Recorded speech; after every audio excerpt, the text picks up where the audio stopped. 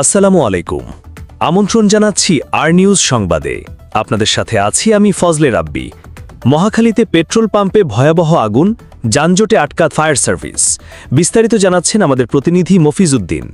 রাজধানীর মহাখালী রাওয়া ক্লাবের বিপরীতে ইউরেকা ফিলিং স্টেশনে অগ্নিকাণ্ডের ঘটনা ঘটেছে। রোববার 17 আগস্ট সন্ধ্যায় এ ঘটনা ঘটে। আগুন নিয়ন্ত্রণে কাজ করছে ফায়ার সার্ভিসের 11 ইউনিট। ফায়ার সার্ভিস নিয়ন্ত্রণ কক্ষের ডিউটি অফিসার রাশেদ বিন খালিদ এ তথ্য জানান। প্রত্যক্ষদর্শীরা জানান, তেল বহনকারী গাড়ি থেকে তেল নেওয়া হচ্ছিল, সেখান থেকেই আগুনের সূত্রপাত হয়। প্রথমে পাম্পের লোকজন আগুন নেভাতে চেষ্টা করে, তবে আগুন দ্রুত ছড়িয়ে পড়ে। এ ঘটনায় অনেক ক্ষয়ক্ষতির আশঙ্কা করা হচ্ছে, তবে তাৎক্ষণিকভাবে হতাহতের কোনো খবর পাওয়া যায়নি। আসুন দর্শক, প্রত্যক্ষদর্শীরা কি বলছেন আগুন নিয়ে শুনে আসি।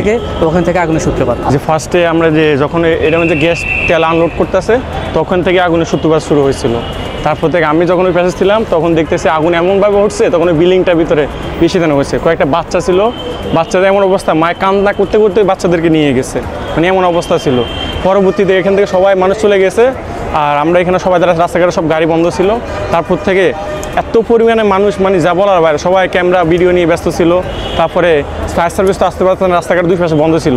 মানে আগুনের তীব্রতা এত হয়েছে, আমরা যে রাওয়া গেটে দাঁড়াইছি ওইখানে পর্যন্ত দাঁড়াতে পারতেছি না, এত ভয়ঙ্কর ছিল আগুনের তীব্রতা, যা বলার বাইরে। এদিকে আশেপাশে সব দিক জানলো, আমাদের এখানে হসপিটাল আছে, আবার এখানে বাসা আছে, সবাই আউটসাইডে চলে গেছে, বাইরে চলে গেছে। অনেক ভয়ঙ্কর অবস্থা ছিল এই জায়গায়। আগুনটা আসলে কি বলেছে, যখন তেলটা আনলোড করতেছিল তখন আগুনটা শুদ্ধটা লাগছে। ওনারা জাস্ট ফার্স্টে বালি দিতে গেছিল, বালি দিয়ে কোনো কাজ হয় না ওনাদের।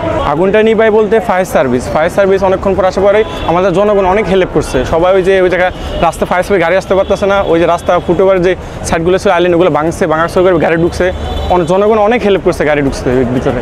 আসছে আগুন লাগা কমপক্ষে 20-25 মিনিট পর, কারণ এই পাশে রাস্তাঘাট সব দিক দিয়ে বন্ধ, তাই গাড়িগুলো কীভাবে আসবে? তারপরে মানুষ অনেক চেষ্টা করে ওদেরকে গাড়ি আনছে, এদিক দিয়ে গাড়ি আসতেছে না, রাস্তা ভেঙে তারপর ওদেরকে নিয়ে আসছে। না, আমি যেটুকু দেখছি আমার চোখের সামনে যে বাসায় যারা ছিল তারা একটু আতঙ্ক বেশি ছিল। দুইটা বাচ্চাকে তার মা কান্না করতে করতে ওদেরকে নিয়ে গেছে আমার চোখের সামনে। মানে বাচ্চা মানুষ, তাই দুধের বাচ্চা, ওদেরকে সামলানো কষ্ট ছিল।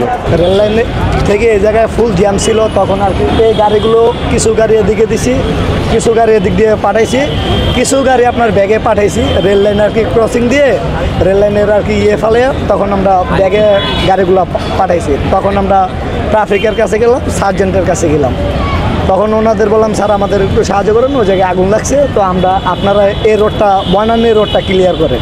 যে ফায়ার সার্ভিস আপনার 10 থেকে 15 মিনিটের ভিতরে আসছে। আসার পরে আপনার 11টা ইউনিট আসছে।